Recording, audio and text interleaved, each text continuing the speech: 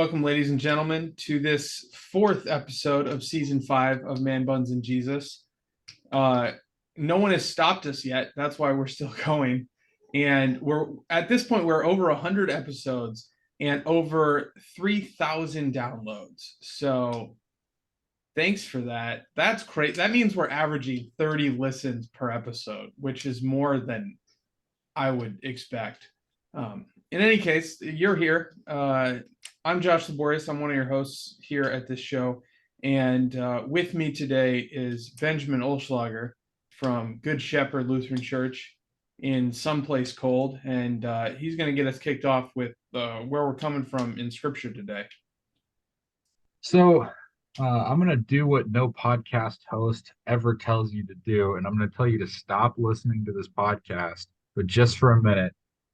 We're going to talk about the plagues today, and rather than me sitting here and reading for you 2 chapters of Scripture, which would take us 10 minutes, I'm just going to tell you, go to Exodus 7, start at verse 14, get yourself through chapter 9, verse 7.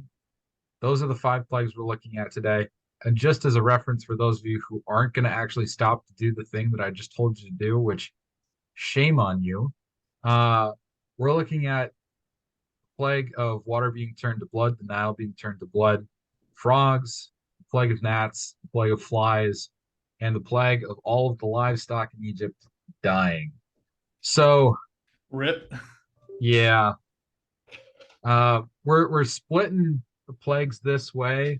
As a here are the plagues that really directly affect the people, and that's going to be next week. And this week is here are the plagues that just show God's authority over creation, but also still kind of make things miserable for a lot of people.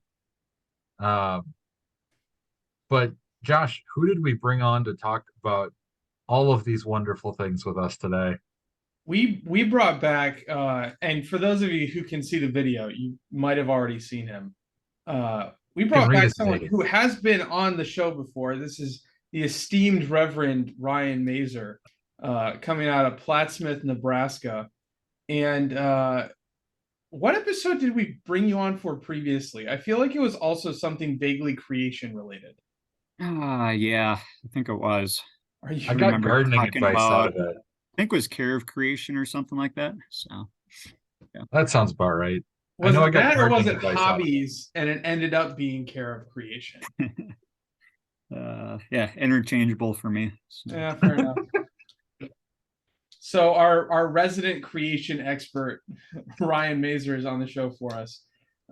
As we talk about kind of these plagues, which in and of themselves are worth talking about, but also kind of how our sin impacts this creation that we live in, even though we might not see a direct, because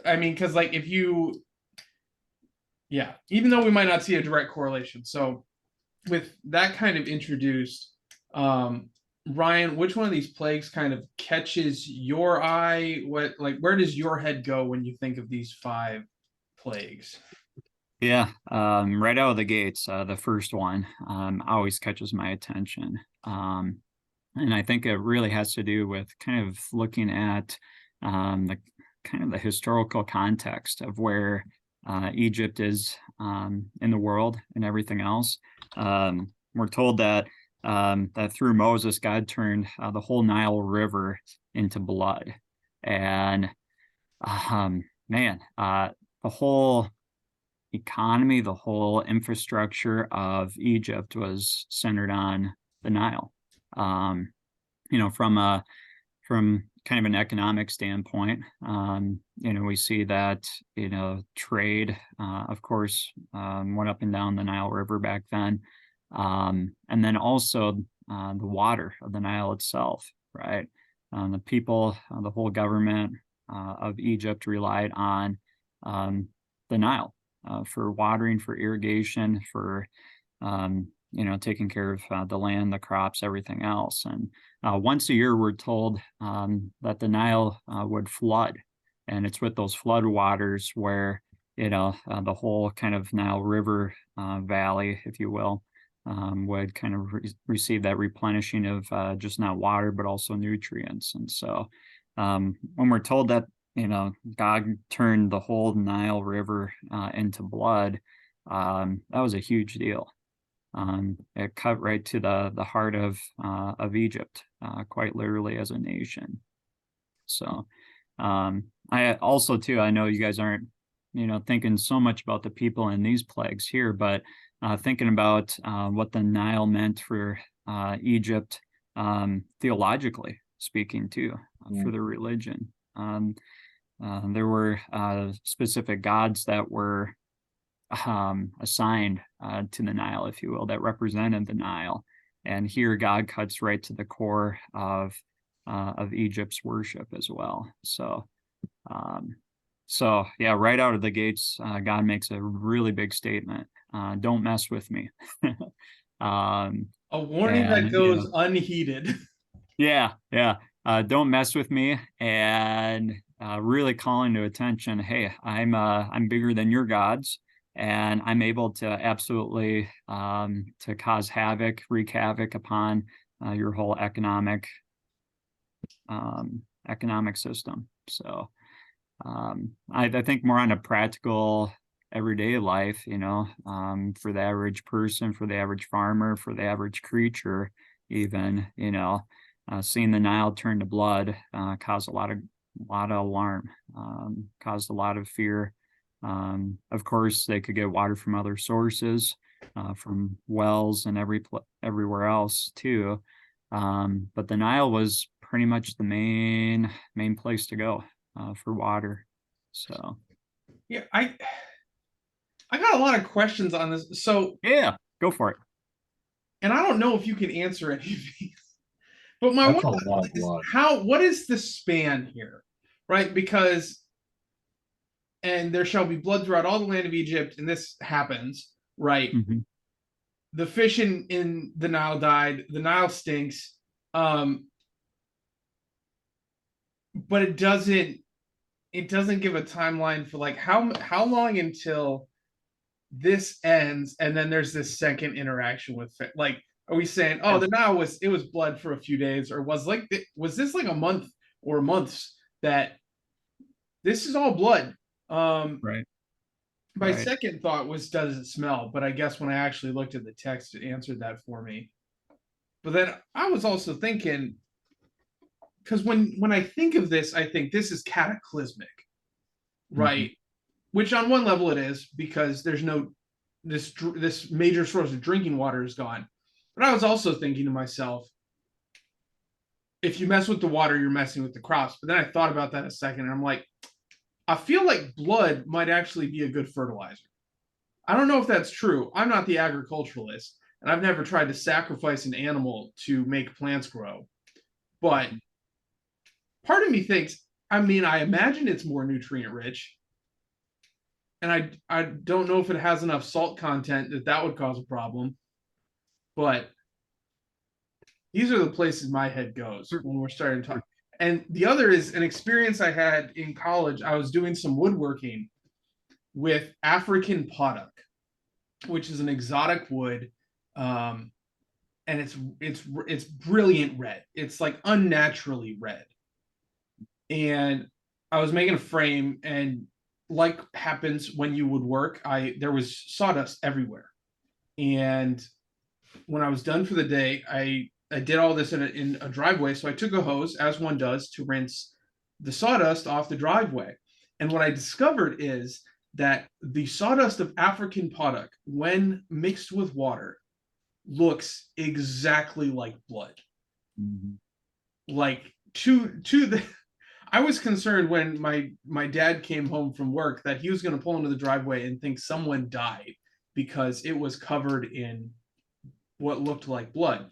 And I've always thought, I bet that's how Pharaoh's magicians did it, is they got this tree that would have been within the region, at least, that they were at.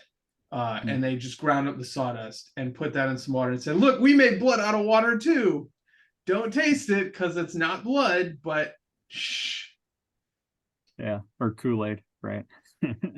Don't drink the blood Kool-Aid.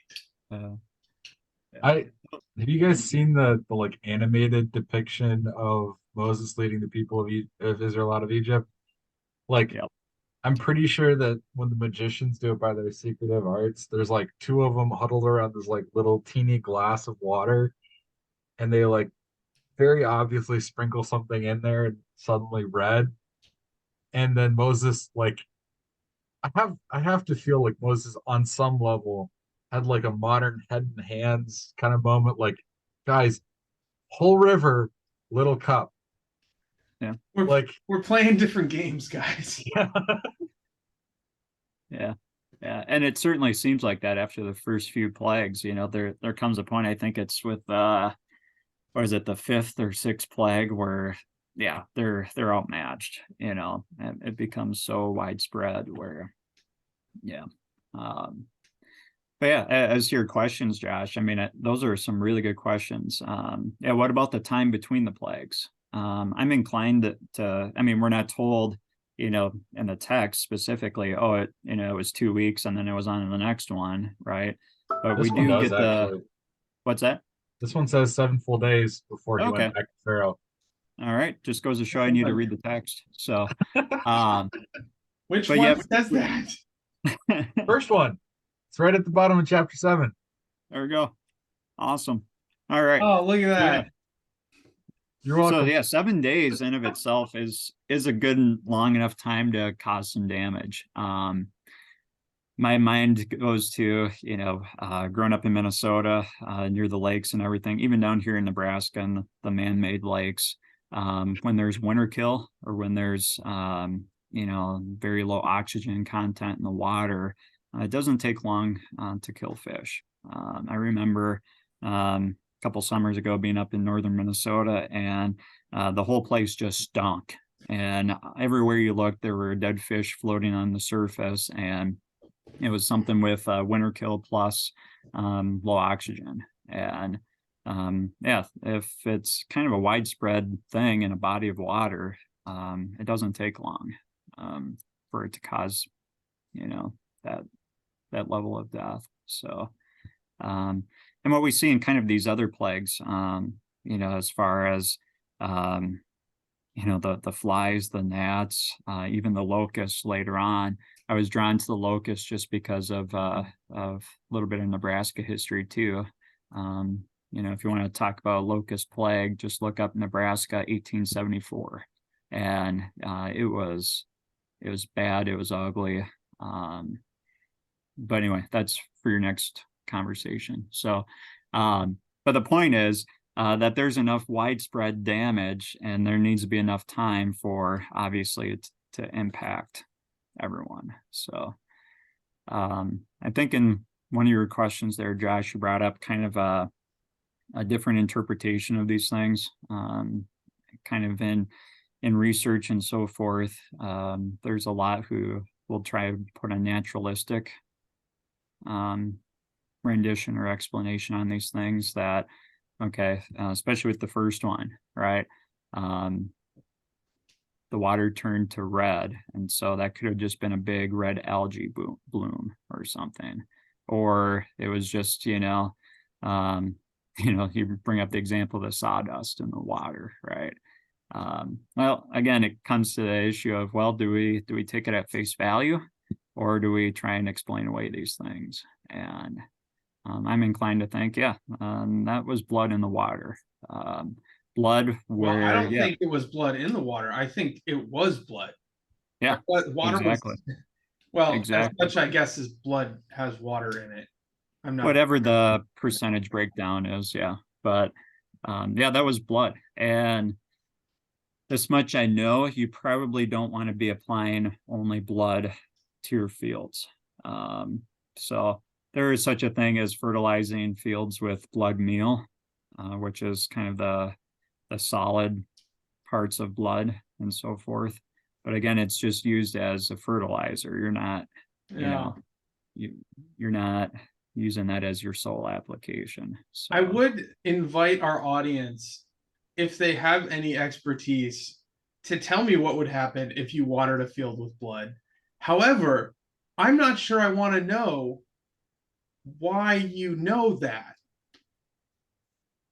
or how you came to know that, how anyone came to know. Because like if you are actually like any sort of real farmer and you have this massive field, the quantity of blood you would need to water a field with it, like we're talking mass ritual sacrifice amounts of blood. And that I feel like there are some ethical concerns with that particular experiment. You underestimate the scale of industrial farming in this country, Josh. I think we could make it happen if we really wanted to. And also, I have so many concerns with that comment, and I don't want to talk about any of them. I want to side with Mazer on this one.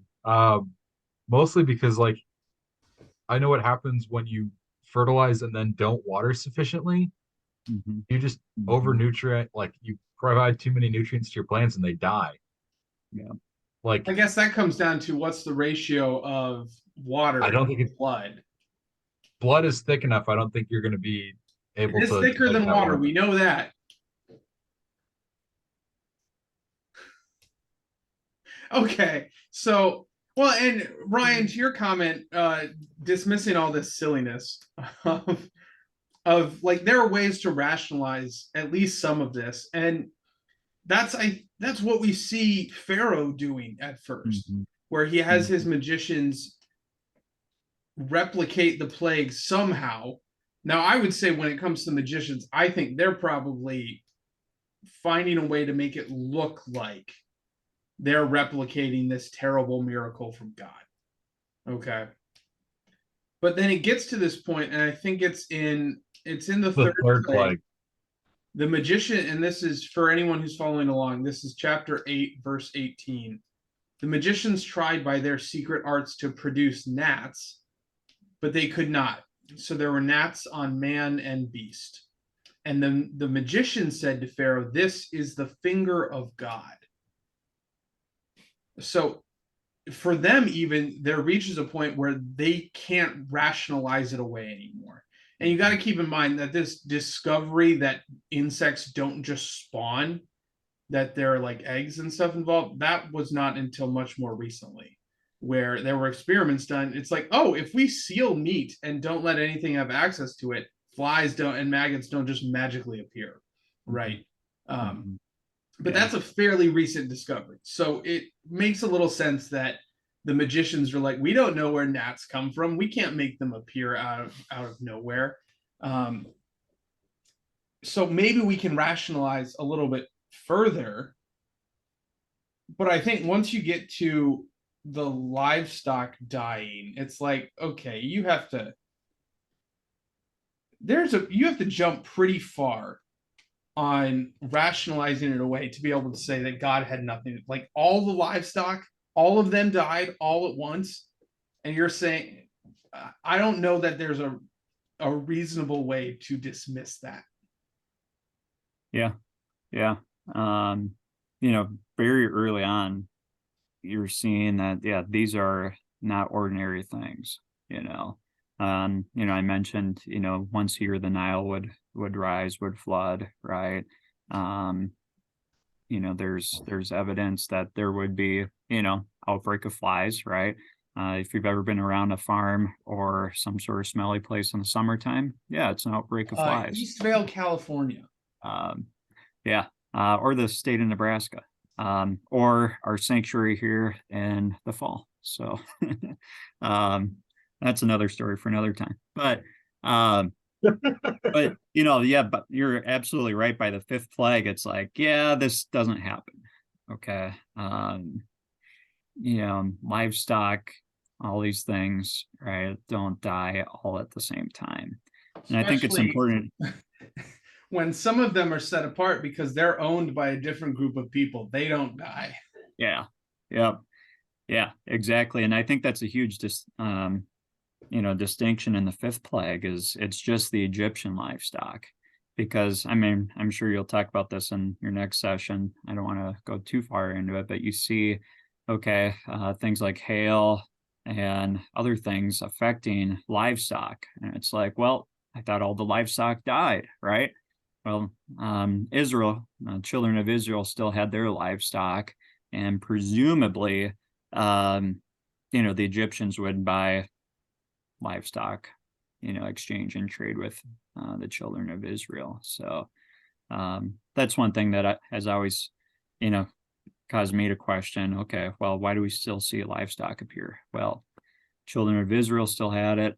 The surrounding nations probably still had livestock as well that they could import. So Yeah. How Egyptian did you have to be for your livestock to die?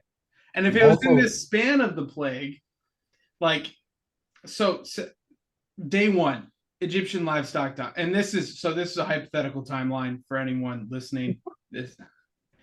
Imagine really day going with one, livestock dead. They all just fall over. You see a bunch of cows just dropping, and it's really sad. But it's also kind of funny because all the cows kind of just flop over at the same time. This is day one. Day two, the Egyptians are like, we really want our cows or whatever else. So they go to the Israelites and they purchase some cows. But Moses hasn't had this follow-up conversation with Pharaoh yet. So the plague technically is still going on. Is it like, oh, I'm an Egyptian, I've paid for this animal, and then cow drops dead? Like, is the plague is the plague still happening? And they're ongoing. like, oh, I guess the reset cooldown hasn't timed out yet. I can't buy any cows yet. And then after Pharaoh has the conversation, does the news go out, guys, we can buy cows now. They're not going to die as soon as we pay for them. Yeah. I'm not sure I can answer that part of it if it was ongoing. I can say this much, where, it just wasn't the death of, the livestock in that moment, but also the death of the chance of having any livestock born soon, right? Because again, thinking about the role of livestock, and the lives of the ancient people, whether it's Egypt, Israel, whoever. I mean, livestock were these people's livelihoods, right? They relied on them just not for sacrifices, in their worship, but also in making a livelihood as well, right? In addition to farming the fields or public service or whatever else, right? Trading. But presumably the livestock that died also, many of which probably were pregnant, were that they had these animals that they relied upon for their future needs as well. So it really kind of put a damper on any sort of livestock commerce, production, etc. Even their military might, because Egypt is renowned for their chariots. That's again and again and again. Israel's actually faulted for relying on the chariots of Egypt. Ladies and gentlemen, people do not pull chariots. That's as far as I'm aware, that's a horse or camel thing. I think camels did it for some culture. I don't know. But it would also depend though on whether you count horses and camels as livestock, which they're listed. depending on It says the very severe plague upon your livestock in the field: horses, donkeys, camels, herds, flocks. okay, yeah, you're right. I missed that one. Which makes you think, when Pharaoh's pursuing Israel into the Red Sea, how diminished are his forces because his chariots are limited by the horses he could get his hands on after this plague? It does Not say that it in the matters field, because, though. God just drowns them all, so it didn't matter how many he had. Mhm. But I think they would have been severely afflicted or affected early on, but also thinking about the power of Pharaoh in that part of the world, and probably also the leverage he had in trade and commerce and so forth, that he was able to he's probably replenish. put together an army pretty quick. Yeah. Yeah. It probably wouldn't have been, at its height or at its prominence or so forth, but it would have been Enough been to still catch some runaway substantial. slaves. Yeah. So, two questions that I have that I don't know if we're going to find answers to. Well, we almost certainly don't have answers to. So, this is more of like, am I overreading this? One, at the end of the book of Genesis, it establishes that Pharaoh trusts people of Israel so much with his herds that they just become like the default herdsmen of the land of Egypt. So, do the Egyptian animals die in the midst of the Israelite flocks? So, like, if an Israelite is looking after Egyptian flocks because they just have those skills, say there's like 100 sheep and like 30 of them are Egyptian and the other 70 belong to the Israelite, or vice versa, Does like, part of this herd die? yes. Huh. Or because it's an Israelite's responsibility, does God allow those sheep to live? Oof. That's me overreading things and also overthinking things because that's what my brain does. But worth throwing out there. Also, second, and this again might be me overthinking things, but he specifically, or Moses notes in chapter 9 that it was the livestock that are in the field, the horses, donkeys, camels, herds, and flocks, which makes me think maybe the horses for chariots, they probably would have been much more pampered, may not necessarily fall into that category. They might have been stabled. Yeah, this makes me think like the horse or the animals that you either use for agricultural purposes, like to drive a plow, or uh, the animals that are there for food purposes Hmm. are the Hmm. ones that are really facing the worst of this. Yeah, kind of that trained versus untrained, or specialized use. Yeah. Yeah, you might be Yeah, onto something there with that. Um, again, okay, yeah, what's all hinging on that phrase, in the field, right? yeah. Um, And to me, the only reason I bring that up is like if God's gonna eventually let his people reach the Red Sea, cross it on dry land by parting the waters, and then annihilate the armies of Egypt and of Pharaoh, why not just let them have all of their horses He wants and to make make it sure the even more army can get spectacular there. of an event? Like, yeah, you might as well like make yourself, if you're in God's shoes, you might as well make that as much of an event as possible so that people remember that for their history, or at least for a couple of generations before they forget about it. Because they do. And like, I don't know, just really do it up. yeah. Which raises the question for me, when we're all hanging out in heaven, are we going to be able to go and like watch the heaven equivalent of footage from these events? Because I bet, like, if you had some good camera angles, I bet the Red Sea parting was something to behold.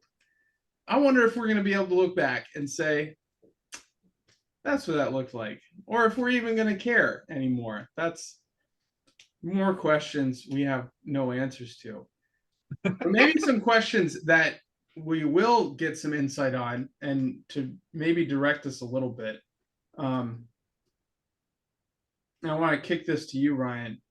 When you look at especially, I mean, all the plagues, but especially these 5 plagues, what are some things we as modern day Christians can learn from this, whether it's about the character of God or about different callings we have on our lives, and then also, actually, no, I'm gonna just ask one question at a time and throw that your way. What are Okay. what are some takeaways you think there are from this?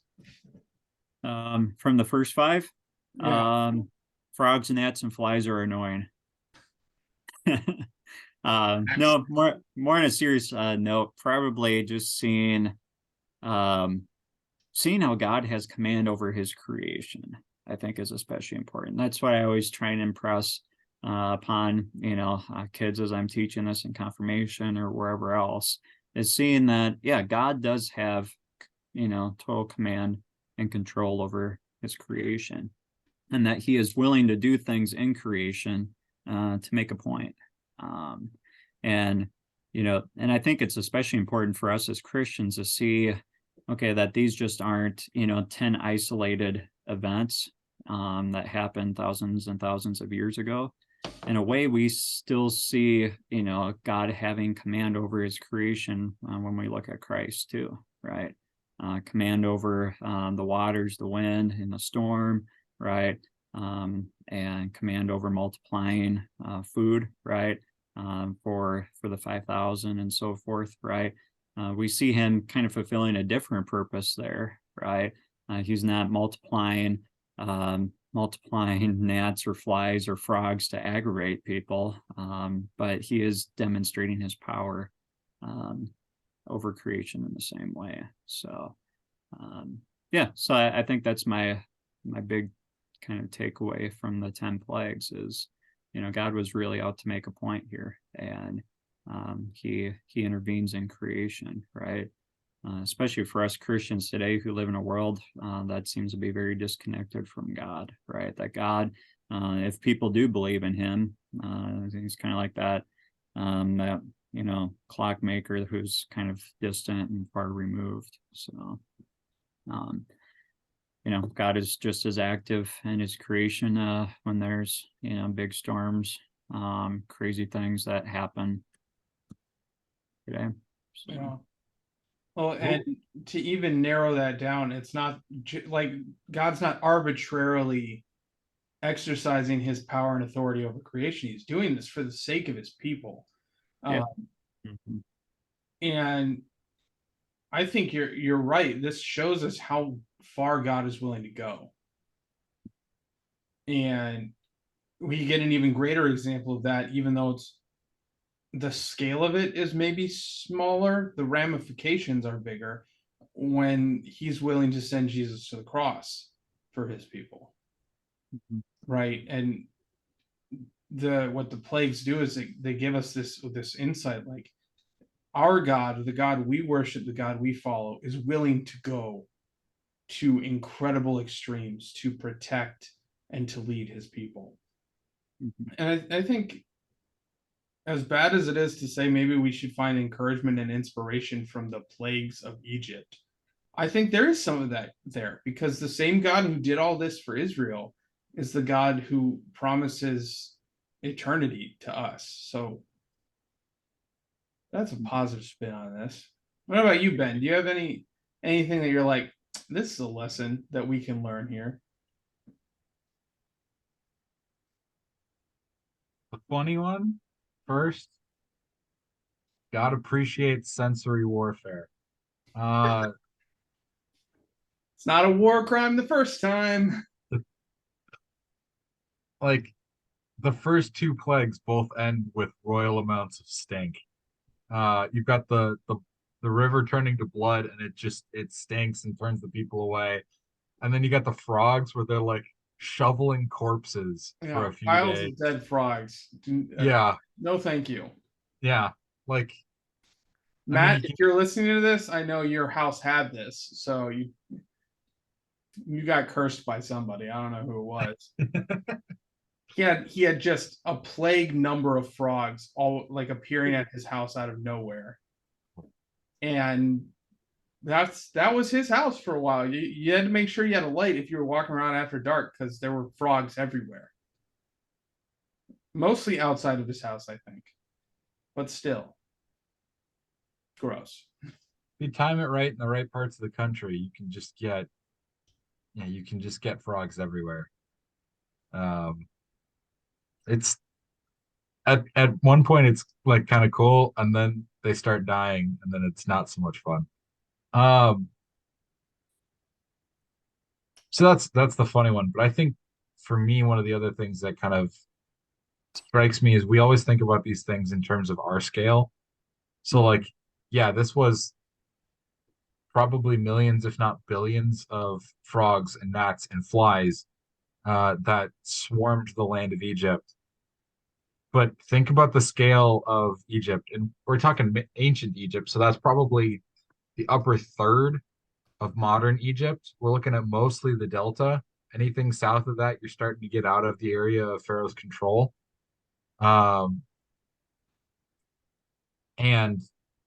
that's a pretty small area within the continent of Africa, which is a pretty small area in the scope of the whole planet, which is a pretty small area in the scope of the solar system, which is a pretty small area in the scope of the universe. Um, like, and yet we look on this event as like, well, God did this incredibly huge thing. This was like some infinitesimally small part of creation that he showed some minute amount of control over, but it was enough for it to be like a human cataclysm, which just like thinking of things on God's scale sometimes makes some of these things that we see as massive disasters way less so.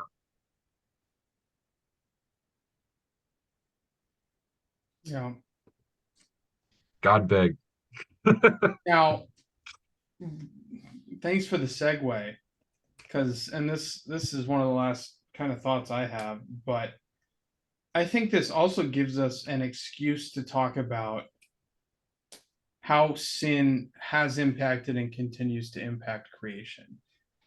Because a lot of times when we talk about, even if you look back to the fall, we talk about the fall because this is our nature is egocentric. Our nature is to focus on ourselves. A lot of times the conversation about the fall is, well, how did it impact humanity? Well, it introduced death and suffering into the world, and we have these, and the relationship between men and women is fraught with with difficulty. But we don't always pay attention to how it impacted creation. And so yeah, I want to let you guys loose on that, and how much of what we see afflicting the natural world do we chalk up to sin? Mm. Yeah, how do we navigate that? I want to start by giving a bit of a humorous one, then I'll kick it over to Mazer for the more serious answer. So, like, whenever I think about the impact of sin on creation, I have the genuine curiosity, like, did God create things in the wake of the fall to harm people and make our lives more annoying? Or did he just adapt the things he'd already created to achieve the same purpose and bring his justice into the world? So like, did mosquitoes have a different diet before the fall of creation? Or have they all like were they designed with the express intent of making humans miserable in the upper Midwest in the summer? Like, what was the idea there? I know we see thorns and briars infesting the ground in the curse that God gives to Adam, but does that mean that they just existed but they were contained? Or did God create them intentionally to like wreak havoc on people who farm or garden or people who have dogs that don't know how to control themselves? Like, to me, it's interesting to think about how we see very practical curses brought on humanity's interaction with creation. But I'm curious to know, and this will be a question I ask God when I get to heaven, like, to what extent did you work to bring that justice, or to what extent did our sin just take things that you had created for a beautiful purpose and twist it and make it something so mischievously awful?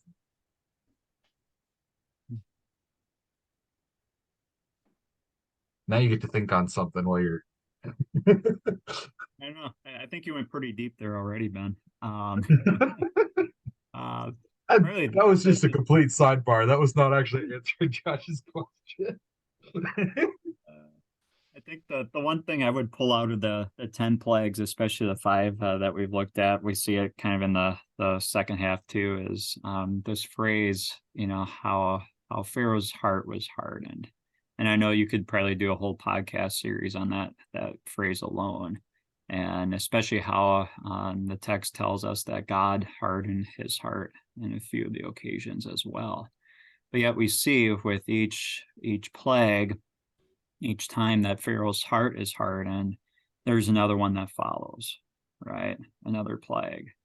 And how kind of translating that over to us, right? Our hearts are hardened naturally because of sin, right? And that, yeah, so much of the things that we face in this world, right, you know, may indeed be out of our control, but yet may in fact be, yeah, because of our sin, right? Because of our lack of, of living up to our first job description, right? Being stewards and caretakers of the earth, right? And so, I don't think there's definitely a one for one, okay, our sin causes this, but yet our sin does have a lot of play in, the hurt, the suffering, the brokenness that we experience in the world. So, contrast that, hardness of heart, that sin with what God promises to give to us, right? Ezekiel 36:36, right? God giving us a new heart, taking that cold heart and replacing it with a new one, of course, in Christ. So I don't know. That's where my mind goes, Josh. So What do you got? Me? Yeah, you don't just get to throw a question out there and not give us your What are you thoughts. talking about? I get to do whatever I want. I'm the host of the meeting. We can leave. Fair enough. I think where my mind tends to go is just because I have lived in a lot of disaster zones, like the kind of disaster where if authorities say evacuate, it's not a maybe I'm going to just decide to say, it's like a yes, everyone needs to leave because the disaster that is coming is not going to spare, like, because I know like the Midwest has to deal with stuff like tornadoes, and tornadoes are terrible, but they're, relatively speaking, their impact is kind of narrow.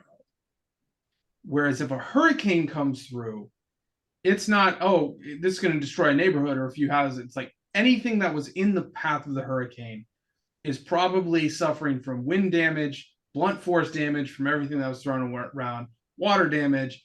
Like the entire state of Florida at once can get impacted by one of these things. And now we live out in California, welcome wildfires and just kind of consuming everything in their path. And I think the fair question when you're dealing with stuff like this, or if you're in a smaller area that's been impacted by a tornado or something like that, it's why does stuff like this happen? And I think the plagues are a good reminder of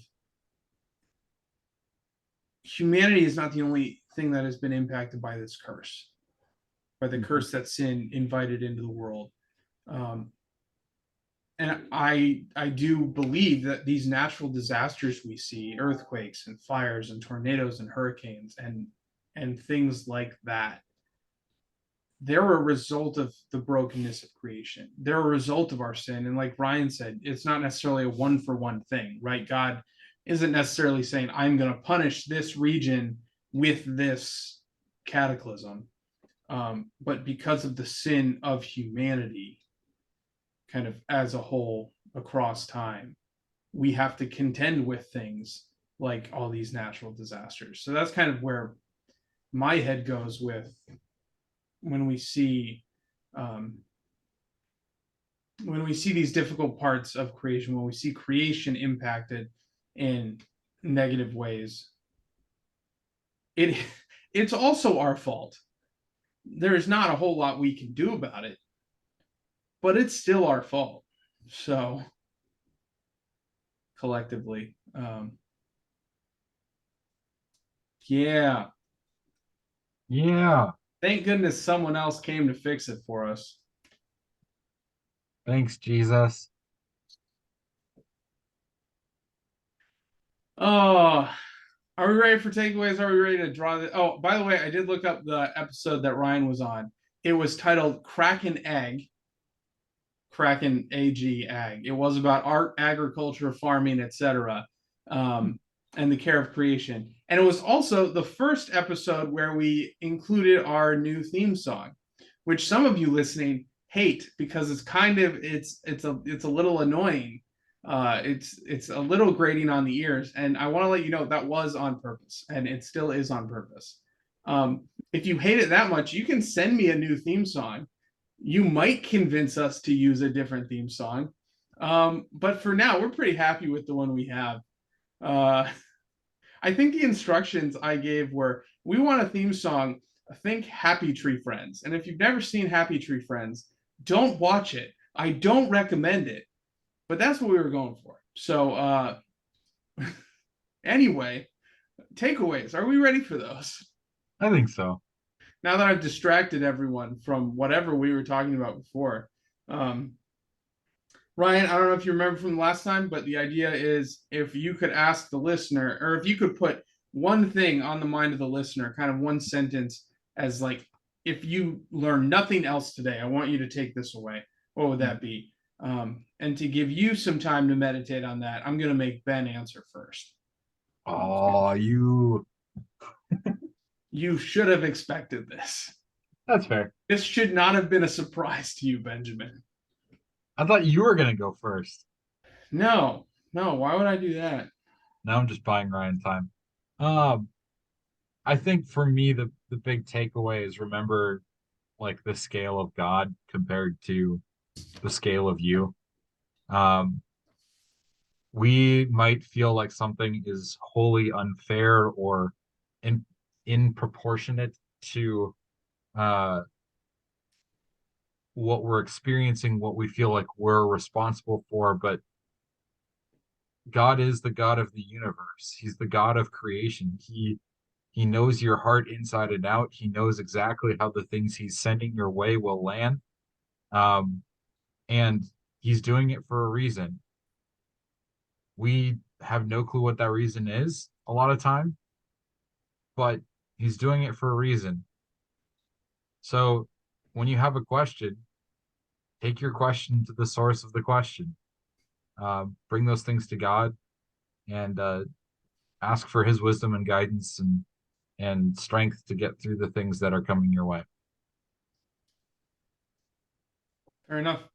So to summarize what Ben said, God is bigger than the boogeyman. He's bigger than Godzilla or the monsters on TV. I am so glad that you picked up on that reference. Anything more than that, we're going to get demonetized. All right, Ryan, what do you got for us? I appreciate Ben buying me time on this one. You're welcome. When it comes to 10 plagues, or any kind of big highlight, either Old or New Testament, it can be easy. For me, it can be easy. I know for you guys, it can be easy, even for someone new to the faith, to just kind of gloss over it. Hey, I've heard these things once or twice, or I grew up, learning about, the 10 plagues in Sunday school or whatever it was. But to continually revisit those familiar parts of Scripture, of God's Word, and seeing how they fit into the greater narrative of God's story, his plan for his people.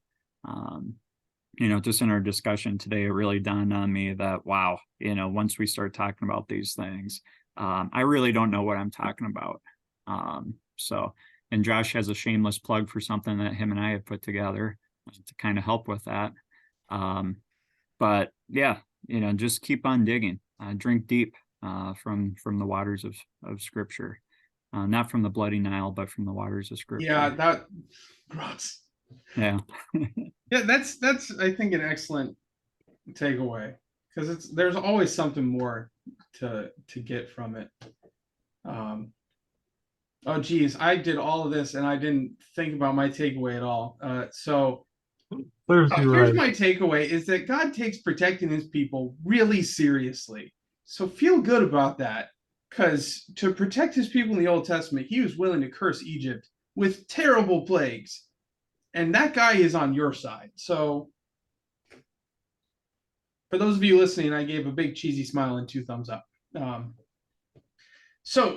that, I think we're ready to draw this episode to a close, which means it is time for shameless plugs. And we want to start off inviting Ryan. If there's anything you would like to shamelessly plug, if you guys at your church, you're doing a Bible study series or a podcast or anything else, here is your opportunity to shamelessly plug it.